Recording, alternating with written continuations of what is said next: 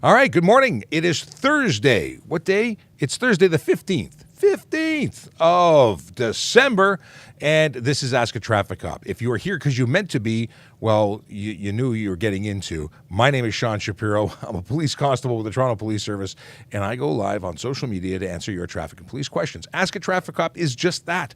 It's a show all about you, your questions, your wants, your needs. We're here to answer and help you.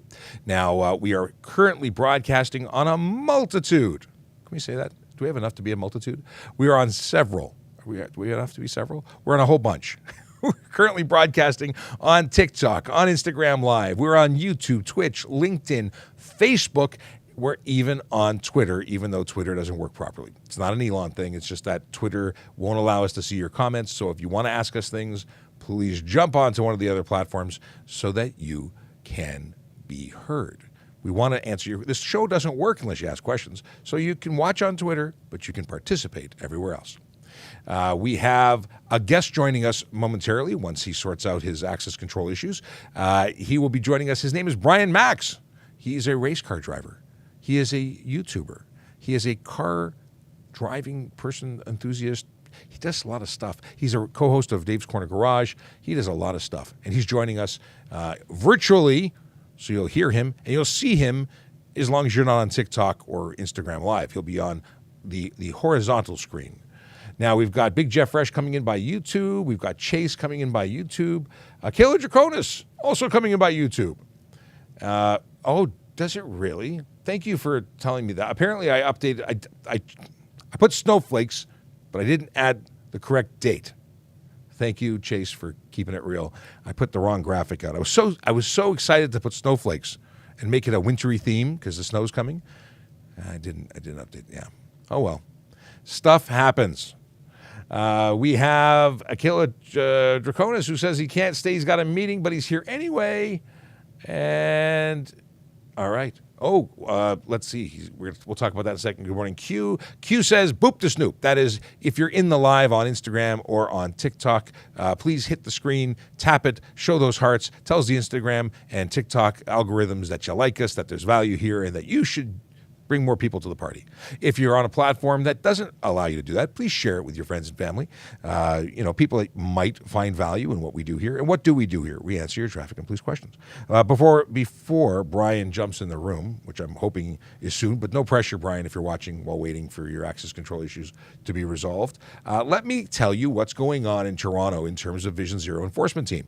Now, you may know about this. This may be something you hear about regularly, but for those of you who are new, who found us by way of algorithm and have no idea what we do, well, we have something in Toronto called the Vision Zero Enforcement Team. They're a group of dedicated officers who go out into the city, into different areas of the city every single day, and they are sent there based on the analytics and information provided by analysts. They are going out there to change driver behavior, specifically focused on drivers who choose to drive in excess of the speed, the speeders, those who drive aggressively, those who drive distracted, using cell phones, entertainment devices and such. And then they're also looking for impaired drivers, all of which are wrong. They are bad. They should not be doing it. And yet there are people who do that, and they're there to make a change. We know that driving behavior leads to serious injury and death on our roads. And because of that, we can make a concerted effort to change that behavior, issuing tickets. Sarah says, I'm 2 hours from Toronto, but I heard that there's a lot of bad roads. Should I stay home or go out later? You know what? That's a personal question. Depends on what how you feel driving in the winter weather. I completely went off topic. I saw your comment and I started. It's the heart in your name. Obviously, that's what that did it. I'll come back to winter driving in a second.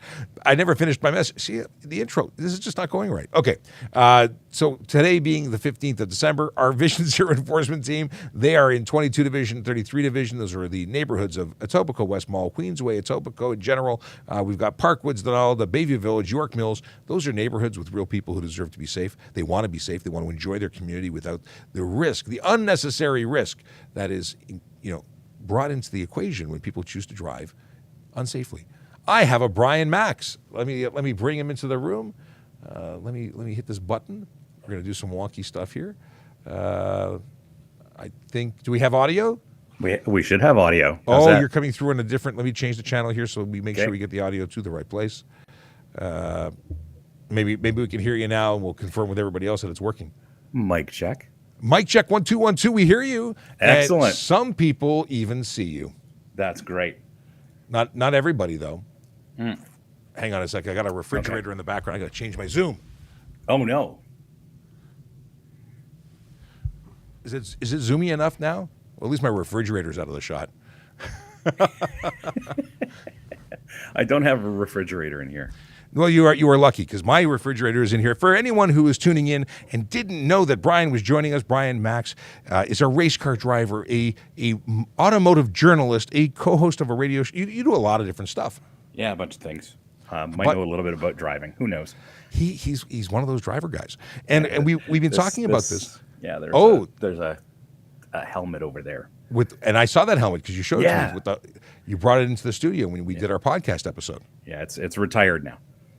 It is, but it has the Hans device attachment stuff. So that was my first time ever seeing that. Yeah, and that helmet was used in conjunction with the Haas and the Hans device and our safety seats more than once. Yes, I've seen the footage. I was actually talking about your Miata and Micra videos today. I've got to send that to the detective sergeant in charge of our CIB. Yeah, he has a Miata, so we got into that conversation. In any case, today is a day that may have some Is it still precipitation when it's snow? I think it is. Yeah. We're going to have some white stuff falling from the sky that may change driving conditions in the city of Toronto and the greater Toronto area and possibly the whole of Ontario. I don't know where this storm is going, but I know it's going to be here. It's going to be here. It's raining right now, at least a bit north of where you guys are, and it looks like we're going to get lots of snow and freezing rain if it's raining. Yes, yeah, no doubt. I mean, I'm frozen already for being outside for about 10 minutes. That is no. It is not good to be frozen. It is uncomfortable. Now we've been talking about this for a long time in terms of discussing pet peeves because we have them. We're opinionated people. And we wanted to talk about pet peeves when driving, but being that today is a wintry, snowy, yucky driving day, there are pet peeves that no doubt that we have that are specific to winter driving. Any that pop into your head specifically about winter driving? Well, it starts with a reminder that drivers need to remember stopping distances are much longer in slippery conditions than they are in the wet or the dry. So speed's a big thing. Well, speed's a big thing, and also remembering that you gotta start using that brake pedal a little bit sooner, or more accurately, a lot sooner, in order to make that stop. Yeah, and so the more speed you have, the longer you need to stop on a regular day. When you add the slippery conditions, that just goes a order of magnitude longer because once you lose traction, you're done for. Yeah, it's amplified. It's and of course, whether it doesn't matter whether you're driving an old car that doesn't have ABS or a new car that has ABS or whether you've got the fanciest winter tires. It doesn't matter. Your stopping distances are still significantly longer. There is this concept that if you have more time, you will take less risks because you got no rush, no reason to push it. Like I like to suggest people put their clothes up the night before. I undo the laces of my shoes in the morning, so when I change, I slip into them. I just try and save myself the time at the right place. I'm like a fireman, is while not being a fireman. They have the boots and the pants and everything just slides on. I do as much of that as possible. The only thing I don't have in my house is a pole to slide down. And I'm sure you could do that. My kids, it would be too dangerous. My kids would use it all the time.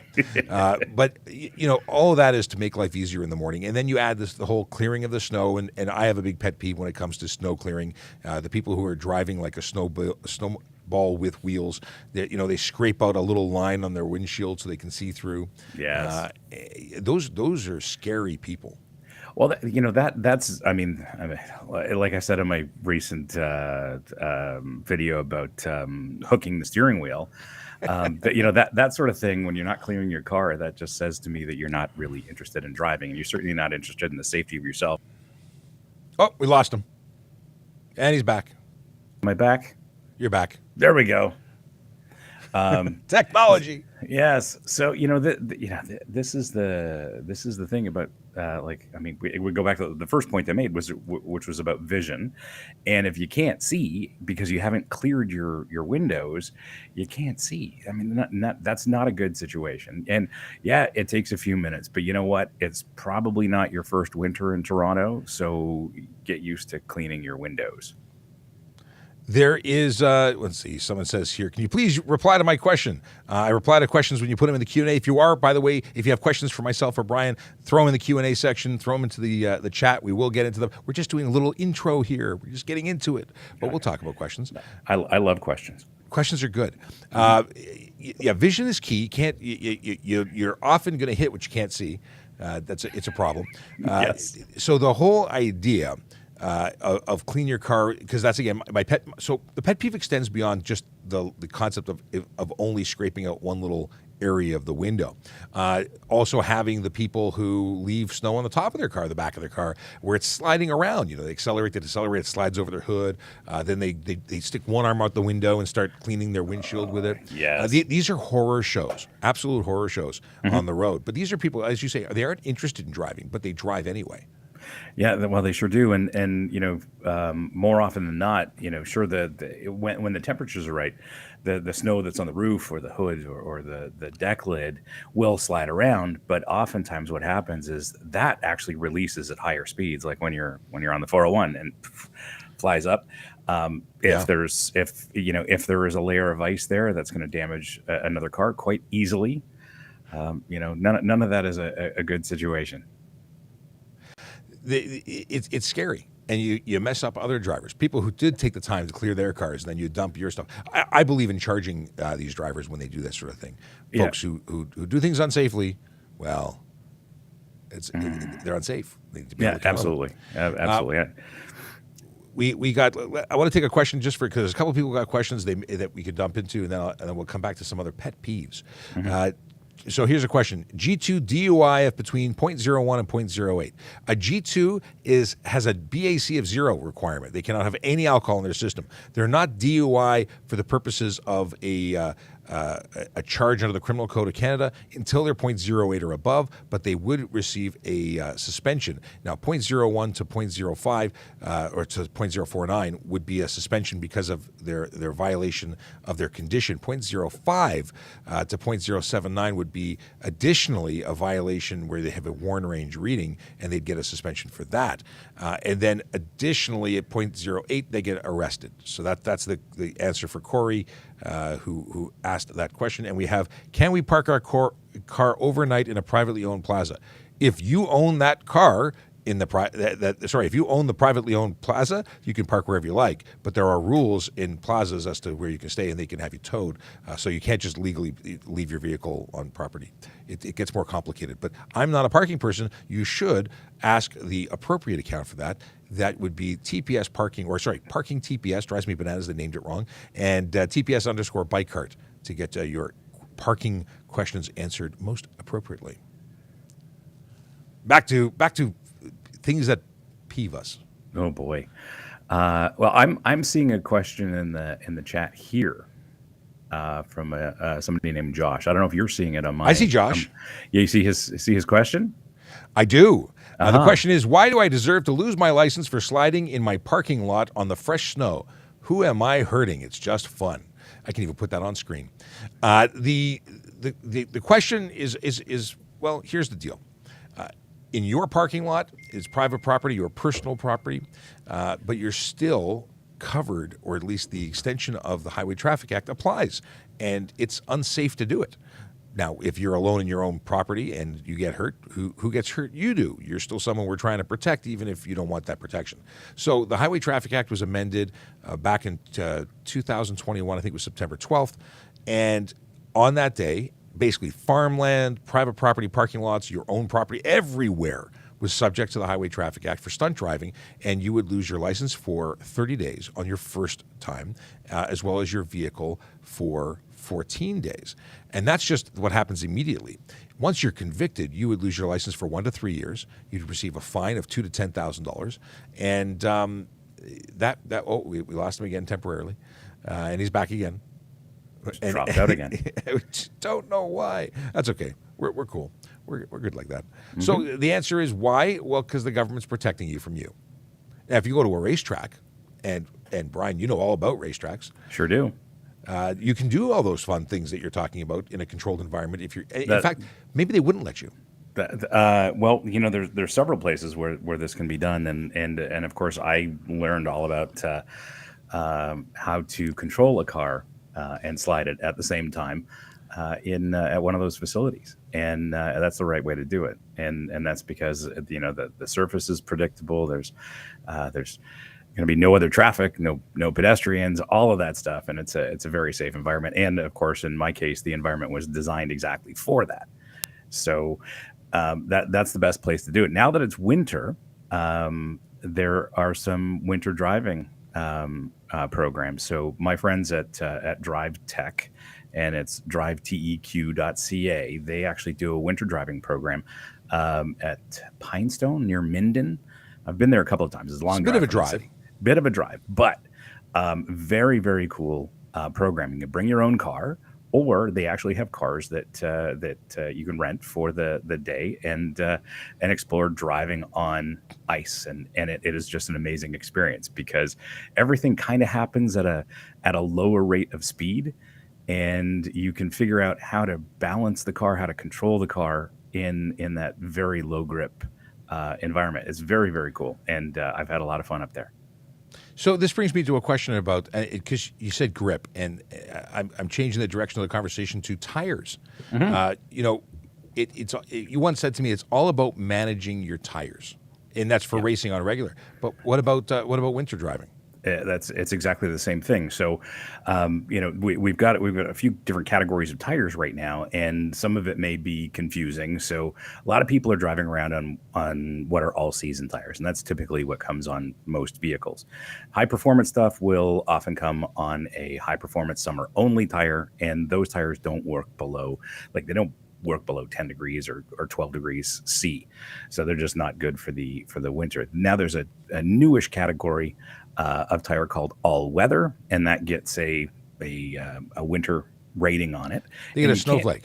Yeah, they get the snowflake in the mountain, whatever that designation is, and those you can run all year, but they're designed to be run all year, so they don't have the same tread pattern and the same tire, like rubber compound, if you will, that a winter tire does. And then of course there's winter tires, and I drive these on my personal car. These fantastic. They're Canadian market only. They're by Continental, and they're Winter Contact Extreme or something. Is of course a 90s name with extreme in it, but excellent tire. It's for the Canadian market only, and for those that live in and this is another thing, certain jurisdictions, they are available in a studded form as well. So I can't. Speaking of studded form, yes, you have to live in Algoma, Cochrane, Kenora, Manitoulin, Nipissing, Parry Sound, Rainy River, Sudbury, Thunder Bay, or Temiskaming. I don't know how to say that. Where is it? How do you say that? I have no idea. Temiskaming? Maybe. I don't think I've ever been that far. I don't know if I have, but I've never driven with studded tires. I imagine they really help, but you have to live in one of those neighborhoods or communities in order to have them on your car. You can drive south to Southern Ontario to visit, but there's a limitation as to how long you can stay in the area with those tires on.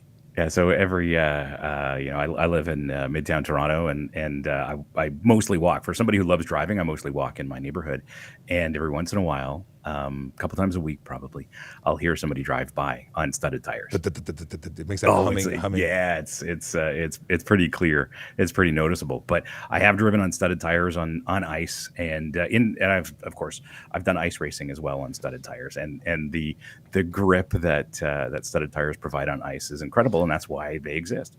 Are they now? There's studded tires, and there's tires that actually have metal, like the ones that are allowed on Ontario are just rubber, I think.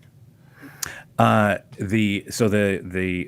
for example, because I happen to know about this Continental tire that I happen to have in my car, there are spots in the tire for a metal stud. Oh, really? So that's different, because those I don't think you're allowed to bring into Southern Ontario. Maybe I'm wrong. I am not a tire guy. No, not in Southern Ontario. So if you look at these tires, they have very specific spots for this, and the way that these, of course, there's lots of engineering that goes into this stuff. It's not like, and we lost him again. Every time he comes back, I see a little window when he's throwing his hands up. Yeah, exactly. Gotta love technology, but the tires or the studs themselves are highly engineered, and they're fitted to the tire so that they don't come out over the life of the tire, and they're fairly short, so that a lot of the rubber remains in contact with the road when you don't need the stud in contact with the ice. Interesting stuff. Because I'm a Southern Ontario kid, I've never had to play with this stuff. But I know that they're not allowed, except under certain conditions. I've yet to find anybody while working where I pull them over where they have tires with studs on them here. So I've never even written a ticket based on that. I got to switch this to the left and to the right. Yeah, it's weird. Your connection is somewhat unstable. I don't know what's going on. I've got one of those famous internet providers here. So Fantastic. We'll just go with that. We have a question that deals with a non-specifically winter versus it's just an all season pet peeve of mine. Littering. Question is it okay to throw a banana peel out my window? And I'm sure they meant this just to be humorous, but no. Good question. It's a good question. No, even though it's biodegradable, you cannot litter. I have charged people for throwing out all sorts of things, cigarette butts on up. It drives me bananas. Yeah, literally. What I did there. Well done. Well done. Sorry. Occasionally, I get to have a good one. Let's see here. So something we talked about on Saturday's radio show on Dave's Corner Garage. You called in, and we were talking about cannabis. Yes. And again, since Saturday, I'm driving around and I smell cannabis on the highway. I smell it on a regular basis. Yeah. Now, for anyone watching who's wondering why is this a problem, because it's illegal to smoke marijuana while you're driving or even inside of a vehicle. Doesn't matter if it's driving or not, whether you're the driver or the passenger, just not okay. I see Steve. Steve is working. So Steve was asking me if I was busy. I happened to mention that we were on, and Steve is our producer on the Dave's Corner Garage radio show. So, one of our show sponsors is Triangle Tires, and they do indeed have all the tires, the range of tires that we talked about. In fact, I had them on one of my previous cars, and good tire, not famous brands like those that we know, but a good tire nonetheless. Awesome. And hello, Steve. It's always good to have support in the chat. I'd love some driving questions from Steve. That's what I'd really like. Yes. Well, here's one, and I don't know if it goes with a pet peeve of mine. I mean, tinted windows is a pet peeve, the ones that are extreme tinted that you can't see the driver. But here's a question. Can I drive with sunglasses on at night? And actually, there's no specific sunglasses at night law. There's a song about wearing sunglasses at night. That's more from my era. Yeah, well, our era, yeah. But at the same time, you can't get a ticket unless you can't see. It could be careless driving. I guess maybe that's a stretch. Like if you can't see when you're driving and you're all over the road, it's negatively impacting your ability to drive. Yeah. I could see you being pulled over, investigated for impaired. When found out it was actually your glasses, maybe it's careless, but that's a stretch. It's a bit of a stretch. Yeah, no kidding. I mean, if in one of those situations where you've had an eye exam and you're immediately leaving, I mean, I always get to drive, but if your pupils are dilated and all that stuff, and you might need to wear sunglasses at night, but unless you're a superstar musician, that's well, then you have a driver. Then you have a driver, and you can wear whatever you want when you're the passenger. That's right. But there's no sunglasses at night charge, so it would be based on a number of things, not just the glasses. Okay, can you put a car seat in the passenger seat? Well, I have a lot of pet peeves when it comes to people who transport children unsafely, but there is no law against putting a child in a passenger seat with a car seat in the passenger seat, I should say. It's not the safest option. It's always better in the back seat, but it's not against the law. We would still suggest against it. Yeah, I highly recommend against that. As somebody who spent a lot of time in the automotive industry and understand how things work, a child is best in the back and ideally in the center of the car. Yeah, as far away from crush point, what do they call them? Impact zones, crumple zones. Crumple zones is the word. Yeah, things smush, and they smush first in the front in most collisions, and airbags then deploy at 200 miles per hour or so. It's a bad day at the office when a child gets hit, and now rear facing, forward facing, we can have that discussion separately. But children getting hit by fast moving things, bad. Yeah, backseat no good. Backseat till 14 years old is a suggestion. and he's gone, and he's gonna be back in a second, and there he is. Yes, Oh, gotta love technology. it's the best thing ever. Steve has a question, Oh yes, and I don't know. I'm sure you can see that on one of your screens. There it is. Do the new cameras improve your ability to parallel park? And can I take this one, Sean? please do. No. I don't even know what cameras we're talking about. Well, Steve gets a skewed view of cars from all the new cars that I test, and they have all these sophisticated cameras and 360-degree cameras, and some of them are full HD, like they're just incredible. But unless you actually know how to parallel park, they're really not going to help. You have to understand the principles of parallel parking to begin with in order to park one of these cars. However, there are a lot of mainstream cars that have been available for years. I'm sure I've got an old video on my YouTube channel from years ago when Ford first deployed this parallel parking feature, and it used the parking sensors to detect a parking spot. And you could simply press the button, drive past the spot. Oh yeah, And the car would say, "Yep, we're good. Take your hands off the wheel," and put the car in reverse, and it would reverse perfectly into the parking spot. my dad's Lincoln Continental. It does that. My buddy, of course, another friend of mine has a Tesla. It does a great job. And yeah, the deal is that those are automated, at least semi-automated. You still have to control brake and gas for the most part. Yep. They do a great job, but the camera alone doesn't help you. You're still going to have all sorts of geometry issues and trying to make lines. But that's a lost art. People don't know how to do these things, and now they're taking away so much of this from the actual driving test. Yes. I don't even think you have to parallel park. Who knows? I think when my son passed his G1 exam, he did not parallel park very well, and they still passed him. Now, keep in mind, being my son and being around driving, he obviously knows how to handle a car and drive safely. He's for the most part pretty good, but parking, he's just like me. So my rule is racing drivers can't park. They go straight.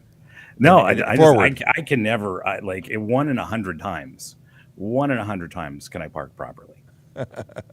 And Stephen wanted to draw specific attention to that. So Yeah, he knows. So here's another pet peeve. Some of these questions are great. We're getting questions that are just working towards my pet peeve list. Yeah. What do you do if a car hits your car and speeds away? Well, pet peeves are people who don't take responsibility for their actions. So hit and runs or fail to remain collisions are on my list of things that drive me bananas. And what do you do? Well, you call police. And if you have a dash cam, hopefully you've been able to record their license plate to make the report. Because we like catching those people, but when we have no information, it's often difficult. Yeah. So you know, and some of my friends on social media know, I got bit by a dog. Yes, you did. And it's healing, and I'm going to be taking off shortly to go see my family doctor just to see where this is ending up. But let's just say the owner of the dog was not forthright. And even though I've been bitten, I'm bleeding everywhere, and mostly I'm angry because I know I'm going to lose hours of work time this week. Still had the presence of mind to, despite the dog owner not being forthright, I just took a photo of the car that she was driving, and I knew when I was dealing with animal services and public health, they kind of would need that information because, as I learned later, when a dog bites a human in the city of Toronto, the dog has to be quarantined. It's good to take any kind of impartial evidence. Yes. And I mean, so video, if you have a third party, dash cams are great. Obviously not for dog bites as much. Yeah. But anytime you can record something and you don't have to rely on your own memory in a stressful situation, you are in a better position. Yeah, and this is one of the things because obviously people don't get into collisions frequently to remember what to do. And the best thing to do is, like, oftentimes, like, my insurance company provides a checklist, and I keep that in the car just in case It's good things to have. Yeah, and if you're not experienced, and of course, if you've never been in a collision before, it's a very stressful, anxiety-filled experience, and you have to remember to document as much as possible and collect the necessary information. And sometimes it's difficult to do because it's an overwhelming experience. And that's it. That's that whole stress. Stress is bad.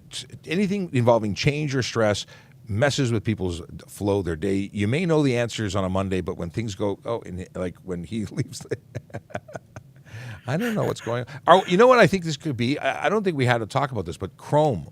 If you're not using Chrome, I'm on Chrome. You're on Chrome. Yeah, Mac on Chrome. That's the way to do it. But yeah, Yep. okay. Well, let's get into it differently. Can I get a ticket for spinning my tires in a park? Well, park. I assume you mean parking lot, because if you were in a park, you're a horrible person. Parks are for kids, not for cars. And but can you? Yeah, it's a parking lot which is private property, which is covered under the Highway Traffic Act for the purposes of that wonderful thing called stunt driving. So 30-day suspension of your license, a 14-day impound of your vehicle, and then you go to court, and it's we talked about this a little while ago. It's 1 to 3 year suspension on conviction, $2,000 to $10,000 fine. It's a bad day at the office. Don't do it. There's no reason to do it. If fun is fun until you get caught, and then it's a problem. Well, it's a real problem here. So, of course, I've got lots of stories, but I'll tell a story. Just after the whatever year it was, just after the stunt driving legislation was implemented, I was downtown at my old house, I think, and this is the days where I'm driving these powerful cars, and these modern cars make a lot of torque right from a stop, just right off idle. So I was in a situation where I was leaving a stoplight and probably had the car for a couple of days, didn't fully understand it. But of course, the systems are on, the traction and stability controls are on. So the car's managing itself. I'm not concerned. And I don't know, a third throttle application, I'm accelerating away. I caught the white stripe that indicates the stop mark. And it was a rear drive car, very powerful. And when it drove over that white painted line, the tire slipped, the tires squealed, and your colleagues were there. So I got pulled over. It's funny. We're always in the right place at the right time. Absolutely. and I think they were expecting a child behind the wheel and whatever. And of course, my driving record, even back to when I started driving, is pretty clean. So I think they were expecting to find a child who was, trying to show off or whatever. And we had a polite conversation about it. And they understood that it was, I mean, I can't even say that it was my mistake, because it's just what it is. It just is. So this is where we get to describe the difference between intentional loss of traction and an unintentional loss of traction. If your wheels become, what's the word I'm looking for? No longer connected to the road. If they lose slip. Traction. They slip. Yeah, That's the word. We would say they would slip. So if your tires slip, they slip.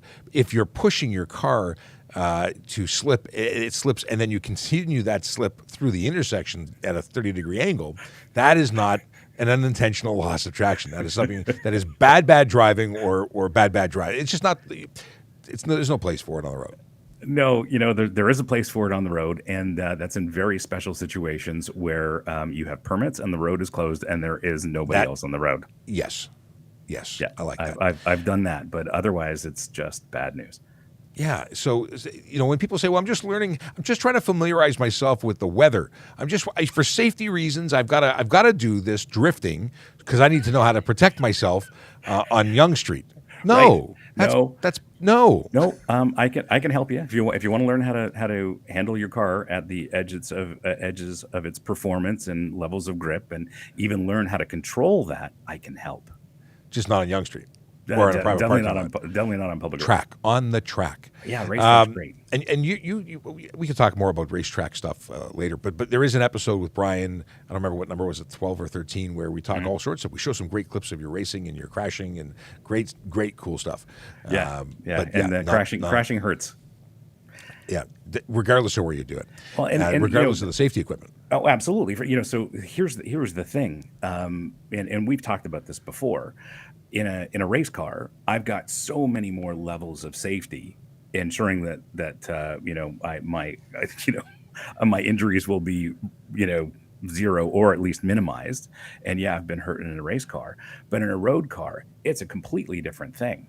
There's no roll cage, and we take production cars and put a roll cage in them so they're extra strong, and the seats that we have and the belts that we have, and of course the helmet and everything else, protect us as drivers. In a road car, it's a completely different equation. But you've actually just brought me to another pet peeve. I have a new pet peeve. It's this internet connection. But I was just- I'm glad I could complete that thought. yes. For those who can't see what's happening, he disappears from the screen. He comes back to the screen. He disappears from the screen. Anyway, so the pet peeve I have is people who take racing equipment and install it into their personal vehicles to drive on the road. That drives me bonkers because they always claim, and they make many arguments suggesting that it's safer. But guess what? It's not.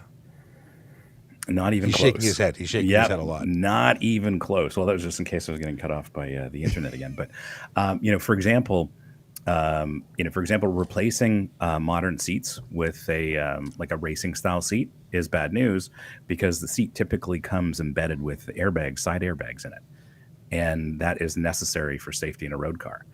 That's just one point. Putting a roll cage in a road car and driving that on the street, that is the dumbest idea ever. And I say this a lot about putting race car modifications on road cars. Reason being the roll cage is several inches closer to your head, and unless you're wearing a helmet and unless you're belted into the seat, you're in the event of even a minor collision, your head's going to hit the roll cage, which is typically made of steel. And then the resulting impact causes brain damage more often than not, or a brain injury. Well, bad. What's the number? 7 miles an hour. The impact of the skull will fracture it. No kidding. Yeah. And if I can expand on this, racers view this stuff all the same. That we only put stuff on a race car that we have to by the rules. If it's not there, we don't want it. So, for example, we often will have tow hooks or tow straps mandated by the rules on the front and back of our cars to make them easier to extract from a tire wall or wherever they end up. On the road, though, why would you have that? Are you, I often ask people, and I'm a bit facetious, but I will, if I'm talking to somebody and they've got a tow strap on their road car, I always ask, like, are you planning to crash? But it looks so cool. No, it doesn't. I don't know who it looks cool to. And secondly, the big aftermarket wings. I think we touched on this. Oh, we talked about it at length. Yeah, well, for a lot of people have the wrong idea about how they work, but in general, they don't work at road car speeds. And in general, with a front wheel drive car, you don't want a wing on the back. I've won countless races in front wheel drive cars, and you don't want downforce on the rear of a front wheel drive car. It kind of reduces your traction? No, it increases. No, sorry, I was thinking a rear spoiler reducing. I added my own verbiage to your words. Yeah. So what happens is at speed anyway, a wing on the rear of a front wheel drive car will add downforce. So that means the tires at the rear have a little bit more grip. But in a front wheel drive race car, we actually don't want them to have any grip at all.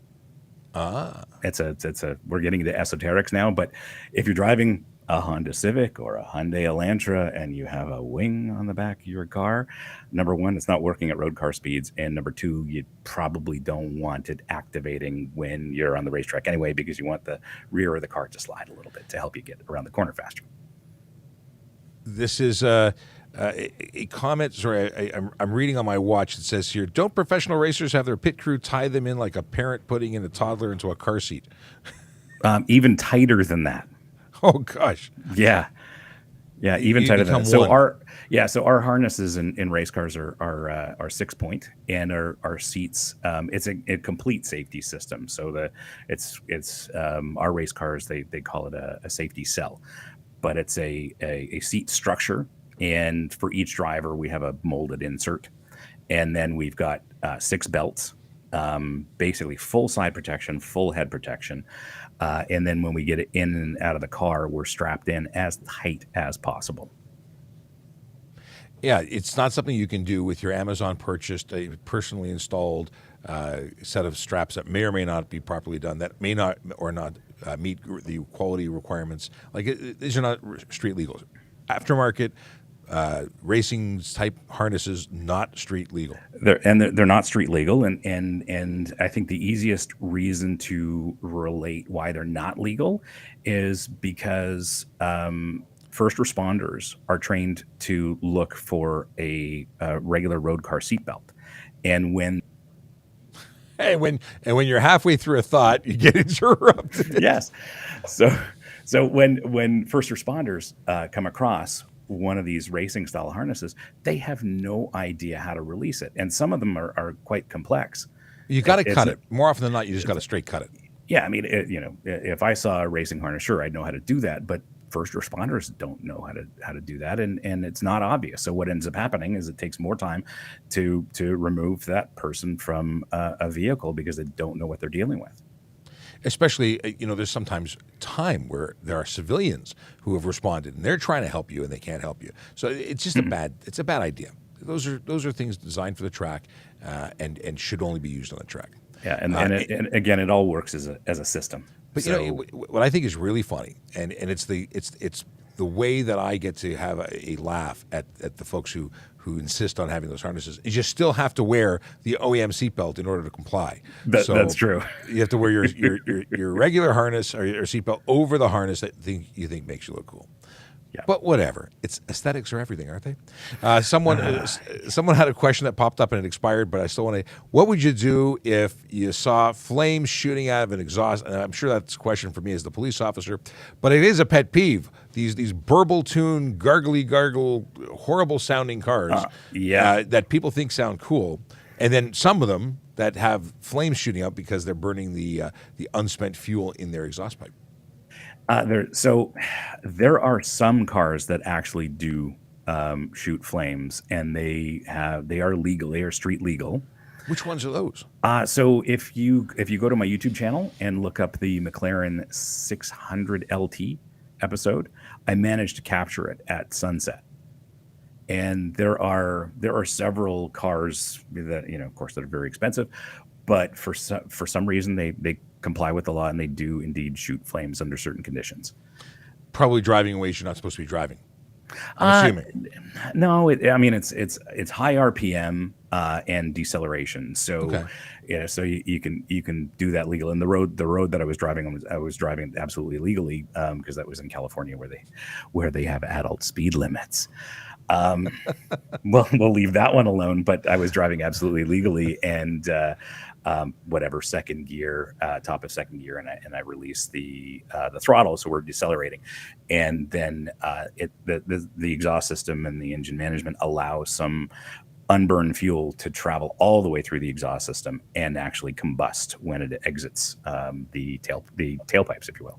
Now they come out the top of the car, but that's a different story. Mazda RX-8 apparently, and most rotary vehicles shoot flames from stock, according to Jace, who's out in Saskatchewan, unless he moved.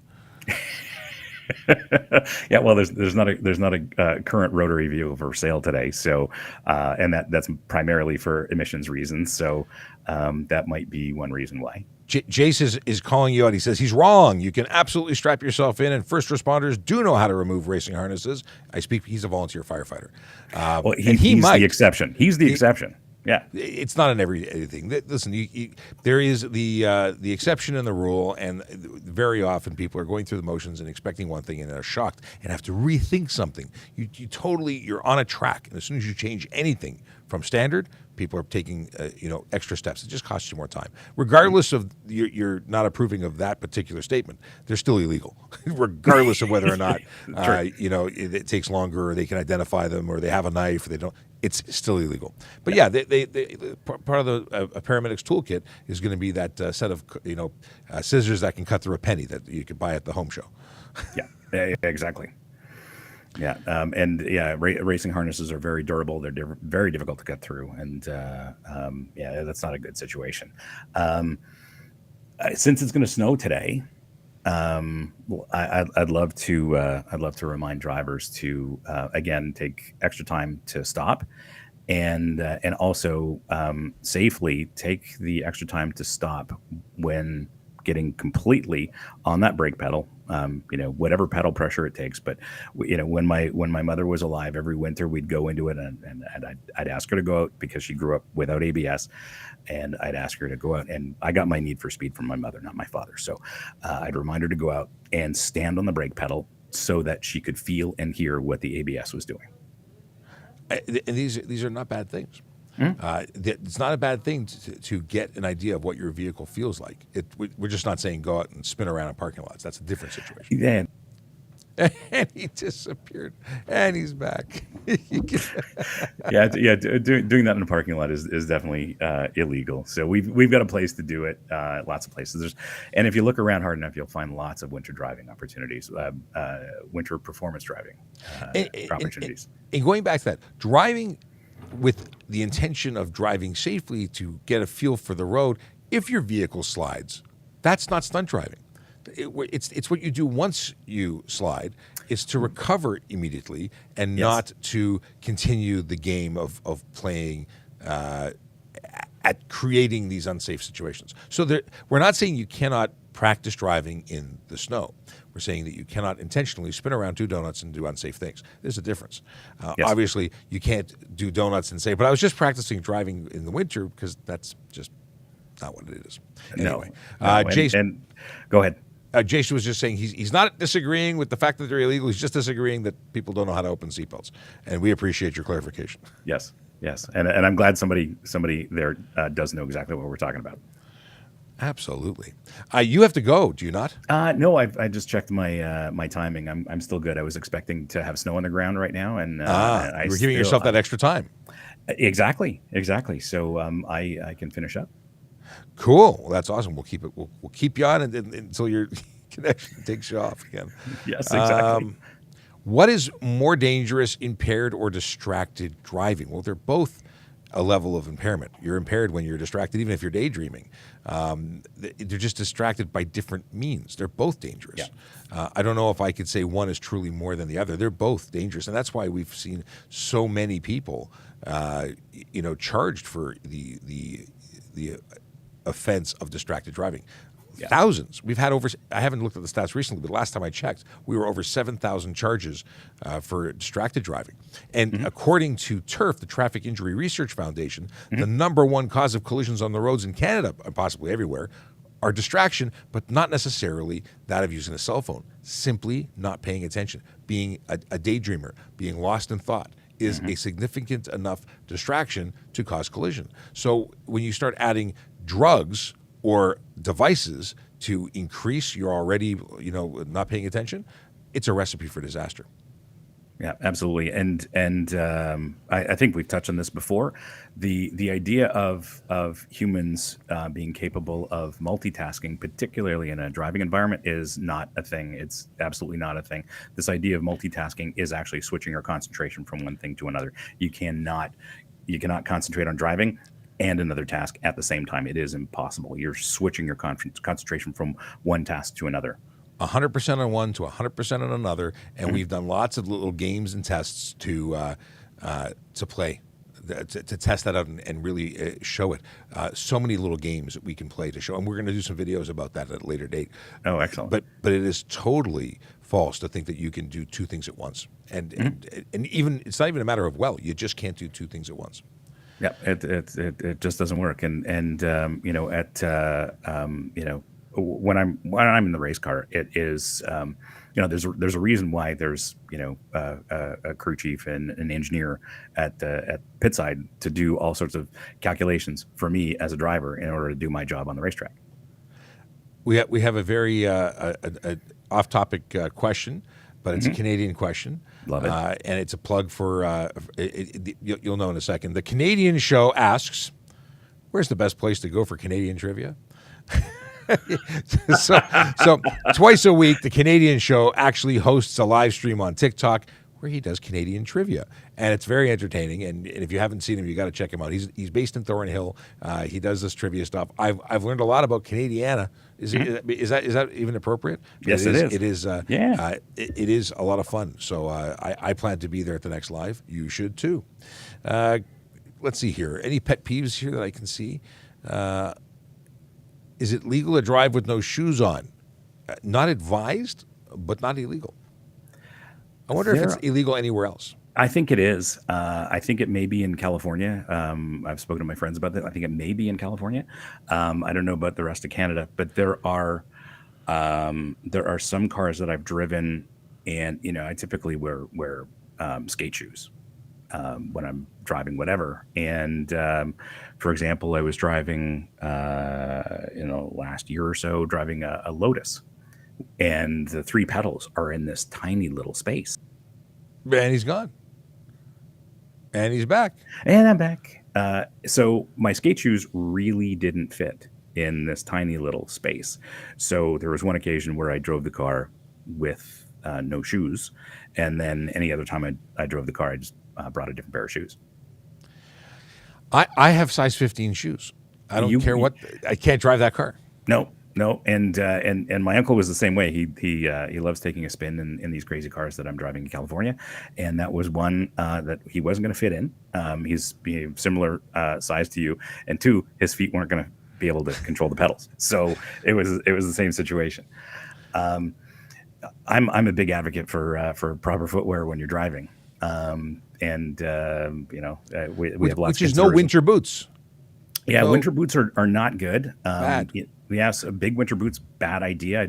There's a Toyota Tacoma I drove recently. It's still the same old Toyota Tacoma, and the way that the dash is shaped and the way the pedals are located, if you have big boots, you actually can't manipulate the pedals. So that's a practical thing. What I do, of course, is I have winter Vans. So they're skate shoe style, but they're suitable for winter. They got a winter sole and insulation and all that stuff, and Right they work on. great. You kill me with your shoes, man.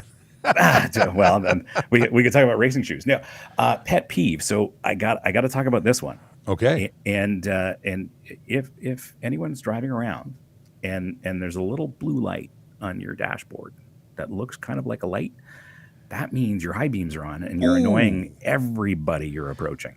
You're also breaking the lock. You're blinding them, not just annoying them. Yes. And here's an amazing piece of trivia. For most cars, the daytime running lights is a low power mode of your high beams, which means it's a low power the setting of the bulb, but you're directing it into the eyes of oncoming traffic. So those ghost cars, which is my number one pet peeve, people I want to have like a chalkboard in my car so I can tally every time I see one as I drive to and from work.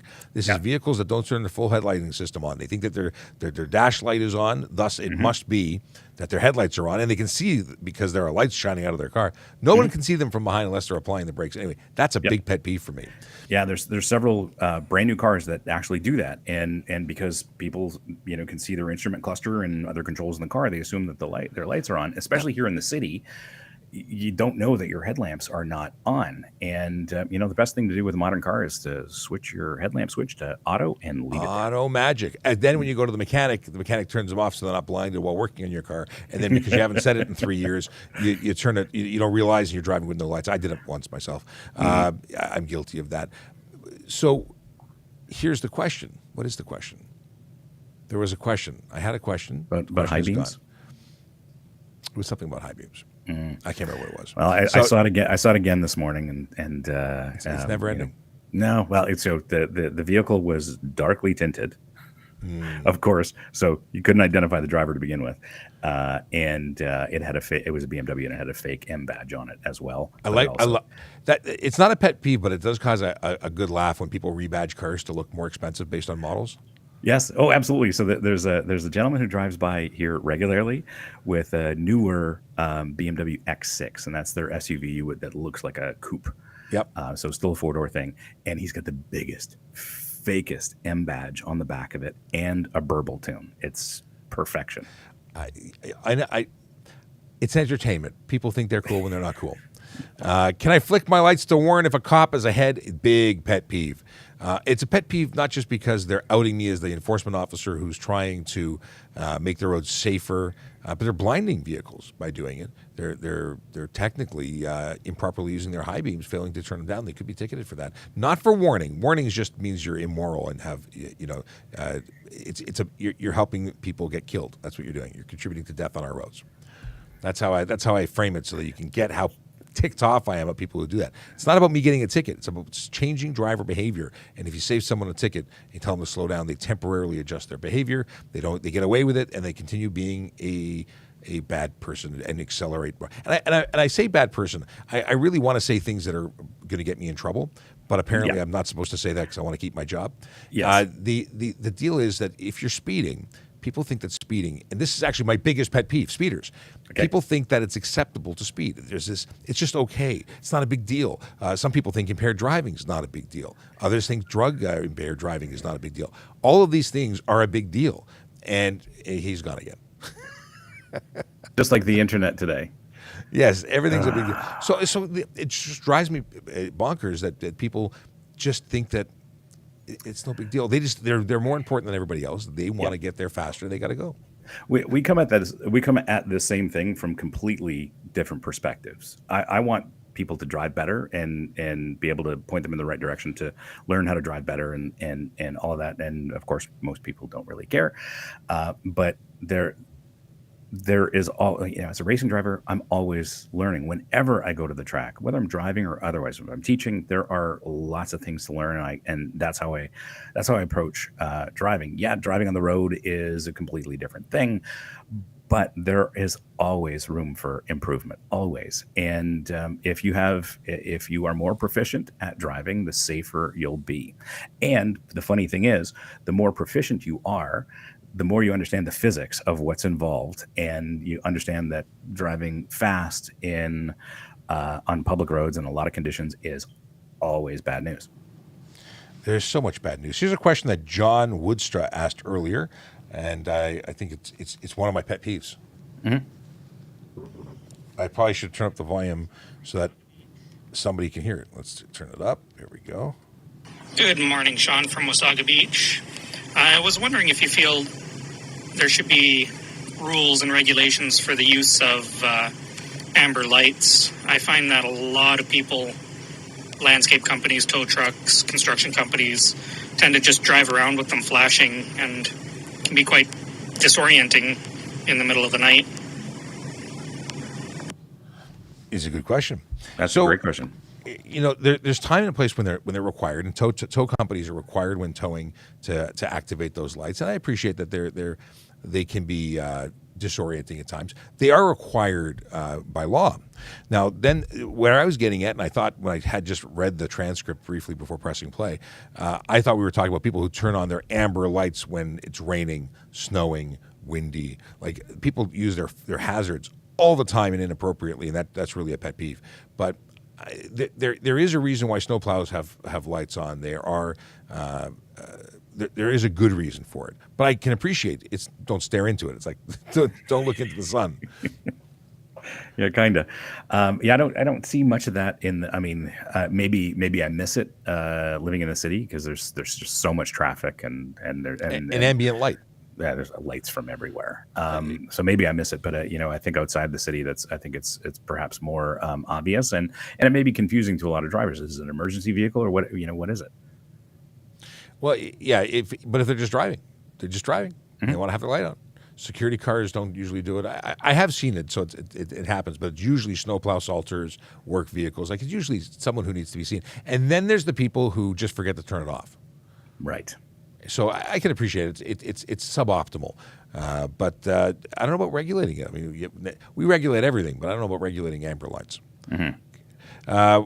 Maybe the how bright they can be, because LED ones can be really miserable. Oh, that's the for sure. The 1970s incandescent spinner, not a big deal. No. You barely saw it. No, and we're in North America, we're a little bit behind where other markets are with headlamps, and we're starting to see some things as they get approved, primarily in the U.S. market. But a lot of high-end automakers have laser-based headlamps. Laser-based. Mm-hmm. They create light with a laser. I've never seen that. I did not know that. So some of the if on my YouTube channel, a lot of the high end stuff that I've driven the last few years all have laser based headlamps. I have to look. I did not know that existed. That is very cool. Christopher Weber wants to know, what are you legally allowed to do when sitting at a light that only changes green when it senses a car waiting in the lane, but the light will not change for whatever reason? Are you able to proceed when safe without risking a ticket. So that's a pet peeve for many, many people. And as a motorcycle rider, it's a pet peeve. And the answer is some jurisdictions, not Ontario, allow you to go through the intersection after a period of time where they determine that that vehicle is now, or that intersection, that light system is malfunctioning because they have different patterns. And at nighttime, it may only change when there's a light there. So in Ontario, we don't have that law or that rule. The only solution that I have for you, or solutions, one, you can make a legal right turn when safe to do so. You could make a legal U-turn or use a private property driveway to turn around in, or make a series of right turns and come around in another direction. That would be the safest option. And he jumped out of our screen for a second, and he's back, and I lost my mouse, and here we go, pressing back. So it's always fun. The most painful episode ever for no both kidding. of us. No kidding. And as you know, these days I'm on Zoom or whatever, almost all waking hours, and my connection is rock solid. So I have no idea. Yeah, but I've been hearing some weird things. That might be a restream thing. We'll look into it. I will figure it out. I will ask the questions. So what was I just saying? We were talking about making a series of right turns, private property, right turn, then U-turn. These are legal options, and because you stay in your vehicle, they are the safest. There is an option, and I've used it as a motorcycle rider because sometimes you cannot make a right turn. There's nowhere to go right. I've gotten off my bike or out of my vehicle, gone up and pressed the manual walk button because that's the only option I have, because going through the light would be illegal. Now, many people say, well, if there's no cop around, how are they going to give me a ticket? Well, that's a different conversation. That's not legal. That's a question of whether or not you're going to get caught. I would never advocate for that. I would opt the legal options. Yeah, my one grandmother was famous for not making left turns, so she would make a series of right turns to get to her destination. No, really? No Yes. left turns at all? Yeah, she started driving later in life, and that was her strategy. Hey, listen, everyone's got to have a plan. And That's if right. that's hers and she sticks to it and it works, it's great. Yeah. Takes a little longer to get. And never got into a collision. Hey, maybe that's the plan that everyone should be on that plan. Why do people tint their brake lights? That is another pet peeve. Boy, these questions are awesome. They're all feeding into the theme. Mm-hmm. I don't know why people do it. I think they think it looks cool. And I can say that a totally blacked out Batmobile does look cool, but when it's parked. Unfortunately, it's not safe. It's impractical. It makes no sense. Don't do it. But I don't know why people do it. And it doesn't help that new car makers will have blackout treatments because they've, it may look like the brake light unit is blacked out, but it's actually not. So it complies with whatever the laws are for the brake lights. And that maybe it's an aesthetic choice that some people want to make, but you can't take your OEM brake light and then tint it dark. There's a YouTuber that named Steve who makes me laugh. If you're watching, you make me laugh. He usually chirps me for my comments about brake lights and things like that. I think he sells this equipment. He says, just tint it and then get a bulb twice as bright, and then you're okay.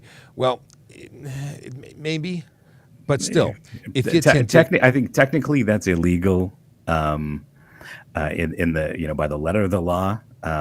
He's in America. Yeah, well, then there, I've been to some states where anything goes.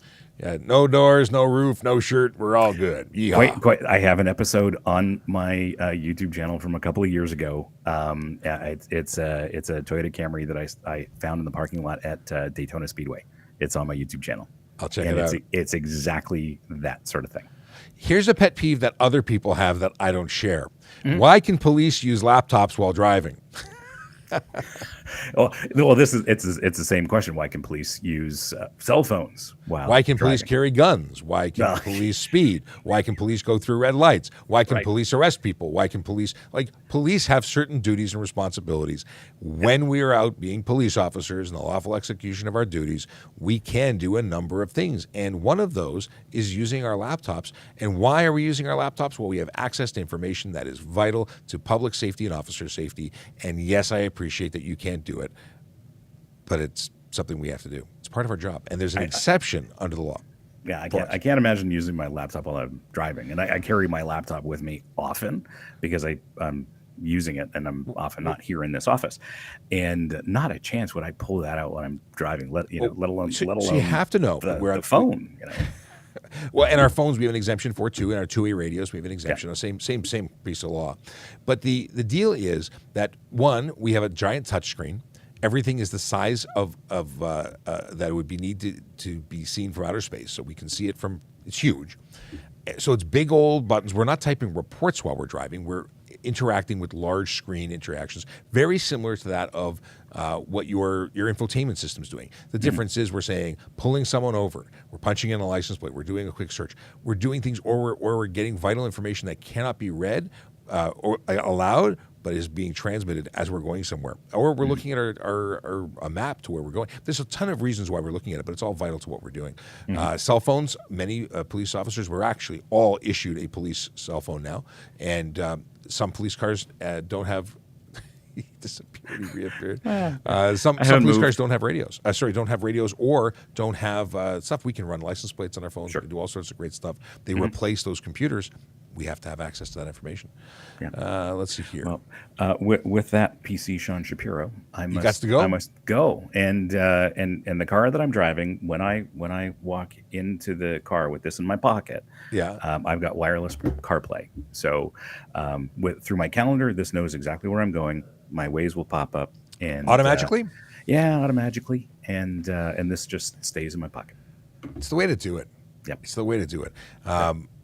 With that, have safe travels. Hope your appointment goes well. I've had a lot of fun having you on my show. It's weird, not being on your, because usually I'm on your show, but this is nice change. Oftentimes in the studio, but this is fun. I've never disconnected in studio. Okay, well, this is also interesting. We'll have to solve that problem, but thank you very much for having me. And we'll do it again. It was a lot of fun. I always have fun. Yeah, anytime. We will say goodbye, and we'll see you again. You made it the whole hour. Yeah, well, I was anticipating snow, and I still have lots of time to get to my appointment. Magic. All right, take care. That's Brian Max. You can get him for, what's your website? Everything is at Brian Max on every platform. BrianMax.com and at Brian Max and Brian. The website is max.com, MAKSE.com, and all links to YouTube and all my social and Dave's Corner Garage are there as well. Cool. There you go. All right, take it easy. I'm going to try and get through some questions at speed round. Okay. We'll good luck. Once you're done. All right. Good take luck. Care. He is a good guy. We always have a lot of fun. Now, because I have been slowly getting through Q&A and I feel like I've neglected you, I'm going to give you a speed round. That's what I said I was going to do. A speed round. Wait, can I say speed round again? I do have a podcast that I'm recording after this. It will not be live. We're recording it. It'll be edited. It'll be put up as soon as possible. And that's with the City of Toronto Automated Enforcement Group. Who are they? They're the people who manage and control and do stuff with that magical speed camera and that magical red light camera. And I'm sure you're going to be interested in hearing all about what they do. But that'll be coming in an upcoming episode of TPS Traffic Jam. And if you haven't already subscribed to it, please do. Anywhere that podcasts are available, you can do it. You can get, of course, it's also available on our YouTube channel on a playlist that says TPS Traffic Jam. Let's get into it. If you toss a cigarette on the ground, is it a ticket? Littering is a ticket whether you're in a car or not. Certainly when you're tossing it from a motor vehicle, it is a ticket. I don't know. Let's see here. Press the wrong button. I hate this lightning Q&A button. All right. How long does a U.S. driver's license valid for a visitor? I believe as a visitor, you're good for 6 months. Beyond that, you would not be. And if you become a resident, you have, I want to say 60 days for your license and 30 days to register a vehicle. So it's a bunch of different dates. It depends. Truly a visitor, I believe you're good for 6 months. But you can Google that and confirm. I have so many numbers in my head, I don't remember that one. You can have, 6 months makes sense because if you drove here, your vehicle can be here for 6 months less a day. And then it has to be removed. Otherwise, you're responsible for importing and taxes. So I think 6 months is correct. Somebody Google that and find out if I'm right. Okay. Why are domestic violence rates high amongst cops? Good question. I don't know. I've been told that there are high divorce rates, not specifically domestic violence, but high divorce. I don't know. Stressful job. People, and I think those are probably old numbers. I don't know about current numbers. I've never had any experience with it personally, but maybe it's people not dealing with the stress. We see a lot of bad stuff, and that's not an excuse. That's just the reality of it. See a lot of death, a lot of destruction, and people used to deal or used alcohol to deal with that. Less so now. I see less alcohol as a coping mechanism. We also have much better ways of getting therapy and help and support than 100 years ago. And I say 100 years ago quite literally. Why do RCMP have limo tint dark windows? I have no idea. I've never seen that, but I'll take your word for it. Can I use my ATV in the city to remove snow? On private property, yes. On the roads, no. Who are you talking to? I'm sorry if I didn't properly announce him. His name is Brian Max, and I'm not talking to him anymore because he's left the building, well, remotely. Actually, he left several times because he had bad connections. But he is a race car driver. He is a host of a radio show, co-host of a radio show. He's a podcaster. He is a YouTuber who reviews motor vehicles. Yeah, he's a great guy. Okay. Already covered this one. Removing the question. There was a suggestion that I say something to Alexa. I will refrain because they would really not appreciate every phone in the room going off here. What's it like having size 15 shoes? It makes buying shoes a bit of a challenge, I'll say that. But I am not the biggest shoe guy I know. Buddy of mine wears a size 16. And if I thought I had problems, I imagine having size 16 shoes is a bigger problem. Bigger. Okay. What should I do if I enter road that... I don't know what we're talking about here. What should I do if I enter road that one way? Like you went down the wrong way? You want to change that real quick. Pursuing a stunt driver, why can you guys chase? Because they're stunt driving? I don't know what your question is. Why can't we? Why can't we? What? I don't know where we're going with this. Can you get a ticket for not pulling over for an ambulance? Yeah, of course you can. Not pulling over for an emergency vehicle, police, fire, ambulance. You can get a charge, and I've laid that charge. Can I drink and drive on my property gate locked? No, you cannot. You cannot operate a motor vehicle anywhere in Canada while under the influence of drugs or alcohol. It is against the law. Got any games on your phone? Yes, I do. And you know what? I don't often play them because I have no time. But there's one game that I'm actually addicted to. And for that reason and that reason alone, I shall share with you that game because it's, what is it called? Emergency. Of course, it's a police game, right? Emergency HQ. That's my game. I play that. That is my, when I am, have 10 minutes free, I do that. And you basically send police, fire, and ambulance to manage the scene. So yeah, I'm a police geek who plays police video games. I do play, although I don't play it on my phone, I play it on my iPad. I do play Call of Duty Mobile on rare occasion, like for an hour a week on a Sunday, if I can. How do you deal with speeders, with super speeders? What's a super speeder? A speeder gets a ticket. A super speeder, I'm going to assume, is stunt or above. They either get stunt and a criminal charge because dangerous driving very often is what a super speeder is doing. I've never actually called them a super speeder, but I like it. Maybe I'll borrow that from you.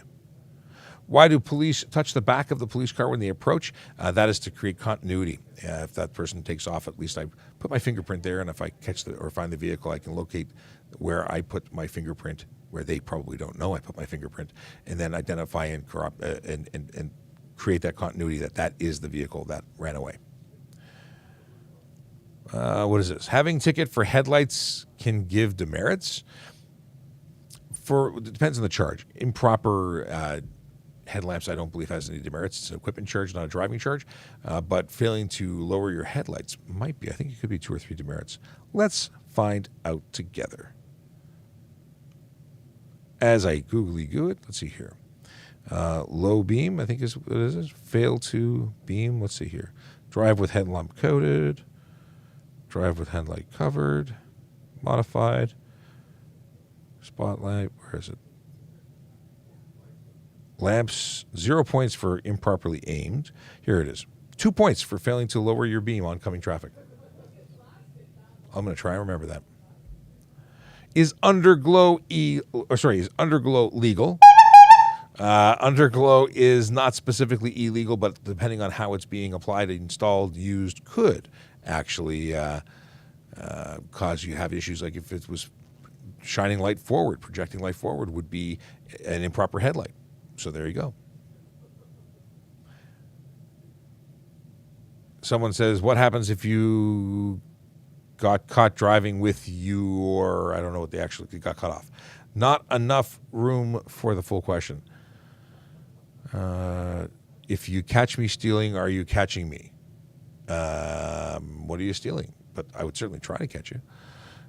Is it a DUI when a G2 driver BAC between 0.01 and 0.04? No, it's not necessarily a drive while under the influence charge. That's a criminal charge for 80 and over. It would be a violation of your conditions. You would lose your license on a temporary suspension. Why are so many of you cops bald? My gosh. Partially choice, possibly because we look awesome. And, it's just so much testosterone. That's what it is. It's also because even before we lose it because of age and genetics, we shave it because it's the easiest way to look neat and tidy. And then there's the new world of style. Old school, brush cut, you're getting a ticket. Do police actually have discretion in traffic stops? Absolutely they do. There's discretion like all over the place. And I don't have to give someone a ticket. I choose to give them a ticket because I'm trying to make the road safer, and giving someone a stern warning could be the right way to go, and it might require a ticket. And really, it's choose your own adventure based on how things go. You'll either get a ticket. Now, for me, 9 times out of 10, you're getting a ticket. Why? Because I don't think that warnings work. Some people disagree with me. Some people don't like giving tickets. I do. I believe in them. I believe in enforcement to make the road safer is a good and proper thing to do. I don't know what this one is. Competition between me and somebody else. I don't know who that person is. Who's Miss Bike? Why do you guys like eating donuts in parking lots? I prefer chicken wings over donuts any day of the week. But parking lots are very often where we stop to write reports, have our lunch, many, many reasons. Donuts in particular, less and less of us are doing that. If passenger carry open bottle of alcohol or drugs without the knowledge of the Uber Lyft ride, what's the consequence for the Uber driver? Uber and taxi, it may be plausible that you don't know the person. It may not be an issue. If they're actively drinking, and you're allowing them in your vehicle and continue, that's going to be a problem. That's going to be something that you would get charged for. How much police make in a year? Depends on the police officer, depends on the police service, depends on I say it depends on the police officer because it depends on what rank they are, how many years of service they have.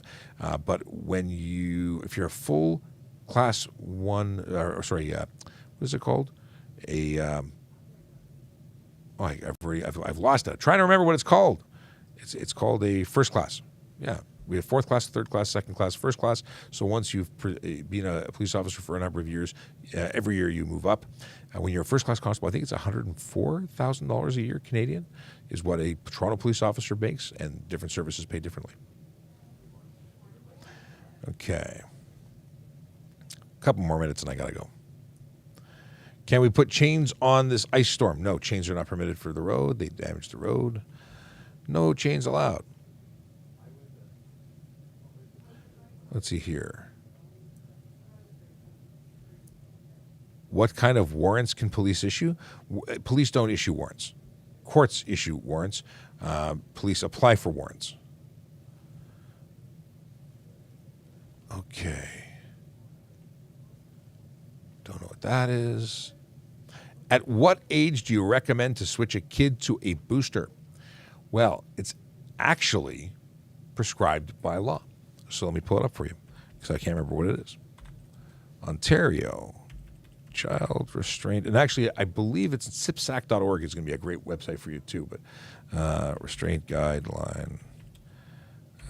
Child seat. Let's see. Choosing a car seat. There we go. Boom, boom, boom. Come on. That's not what I'm looking for.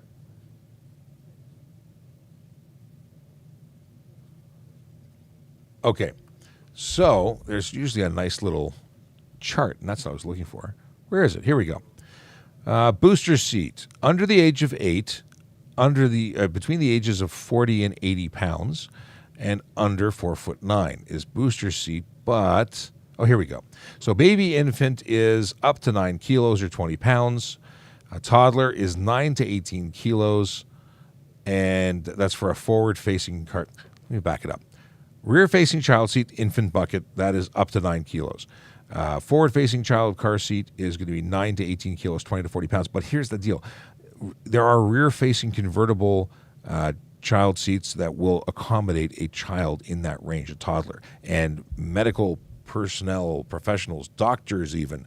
Actually, my cousin is a doctor. He says 4 years old you should keep your child rear facing till 4 years old for their safety. It's not a legal requirement. It is a safety suggestion.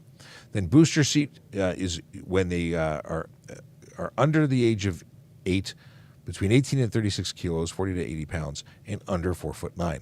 And then they can use a seatbelt once they hit the age of 8, are 80 pounds or 4'9". That's to get out of a booster into a regular seat with a seatbelt. But don't be in a rush. Don't be in a rush to go there because it is not necessarily the safest. And depending on the individual, like you may have an 8-year-old who's quite petite, and that would be putting them at risk. Now, we definitely suggest backseat until 14 years old, regardless of what they are in.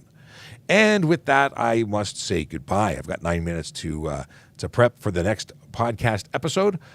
But it's been a slice. A little different today, having a guest host or co-host or person who occasionally popped in and out of based on technical difficulties. It was fun. Brian's an awesome guy. If you don't follow him, you should. Brian Max, MAKSE, is the handle. You can get him everywhere. And OVO Robert says, my mom says you're handsome. His mom says, your mom says I'm handsome. Your mom's got good taste. My wife, I didn't see in the live today, but she's got her hands full today. But a hello to her, even though she may not be watching. All right. With that, I say goodbye. I'll play a song, and then we go.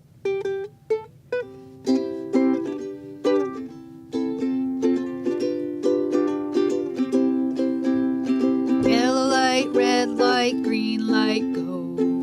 Driving safely helps the traffic flow. Watch for pedestrians, look out for bikes, and don't drive like a jerk that no one likes. Yellow light, red light, green light, go. Driving safely is the way to go. Put down your cell phone, nobody needs you to text and drive on the DVP. Yellow light, red light, green light, go. Stop at stop signs, look both ways, then go. Seatbelt, save your life indeed. And watch your driving, don't speed. Yellow light, red light, green light, go. Driving safely is the way to go. Don't drink and drive or smoke some weed, because you might go to jail and not get freed. Yellow light, red light, green light, go. Driving safely helps the traffic flow.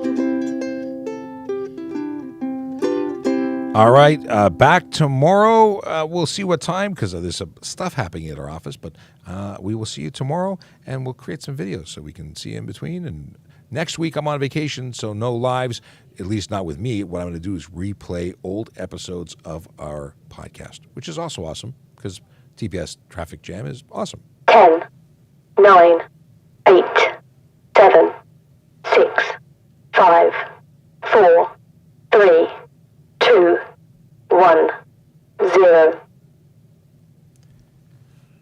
And we out.